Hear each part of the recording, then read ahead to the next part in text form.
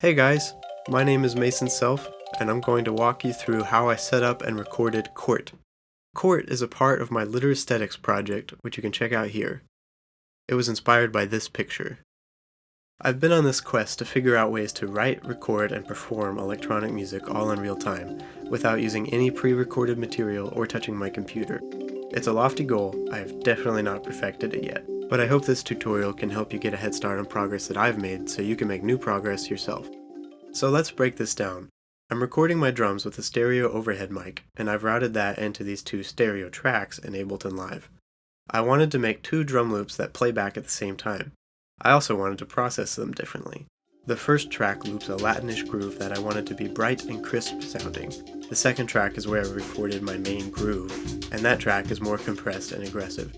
It's kind of hard to loop acoustic drums seamlessly in Ableton. To start looping, I mapped MIDI notes from the Octapad. Easy enough. I can map an individual pad to each track cell that I know I will use. All I have to do is hit the pad the measure before I start my loop.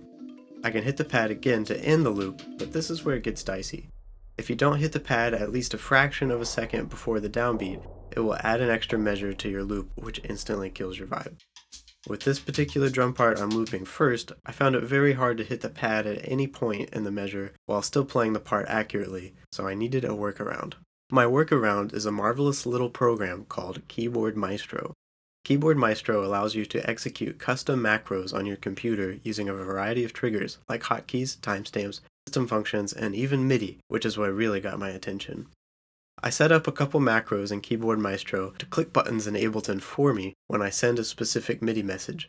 In this case, with the first drum loop, I set up the macro to trigger from MIDI note 64 from my rollin' pad, wait 2 seconds so that the loop is the length I want it to be, click the cell I'm recording into to tell Ableton to end the loop, wait 2.5 seconds, arm the second drum track groove for me, wait again, and then disarm the first drum track, Latin groove, so I'm ready to record more drums. Here's what it looks like in action when I was recording this.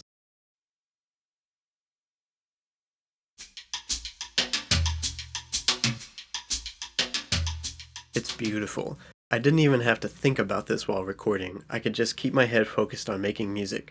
It takes a little time to set this up ahead of time, but it makes it way more pleasant to perform. I've done this before by committing to memory all the buttons on my controllers I need to hit in a couple bars before I need to record something new, but that gets stressful really fast.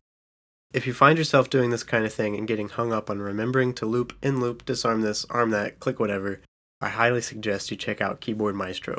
It can click multiple buttons way faster than you. Okay, now let's look at the OP1. I routed audio from the Octapad into the OP1's line input. I started out Court by recording a loop onto the OP1's tape.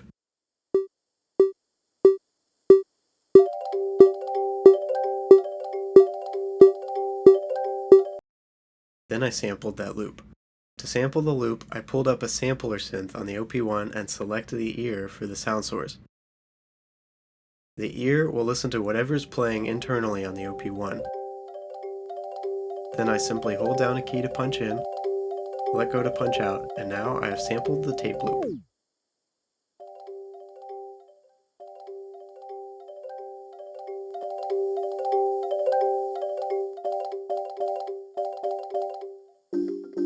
Then I ran this sample through a sequence.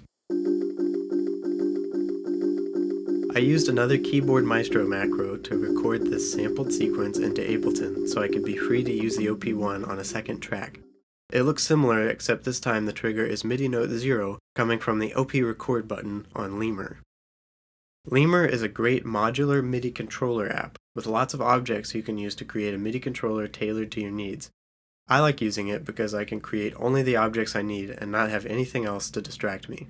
In this case, I used a few faders and a few buttons. The fader on the left controls the transposition of my audio clips. The two buttons beneath it select my two drum tracks to determine which track the transposition slider affects.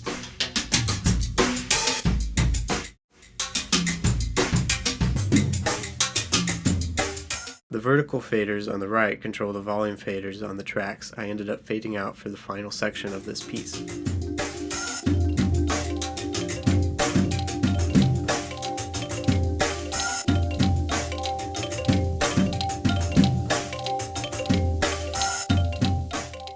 Thanks for watching this tutorial. I hope you found it helpful. You can check out the video of me putting all this together and recording court here.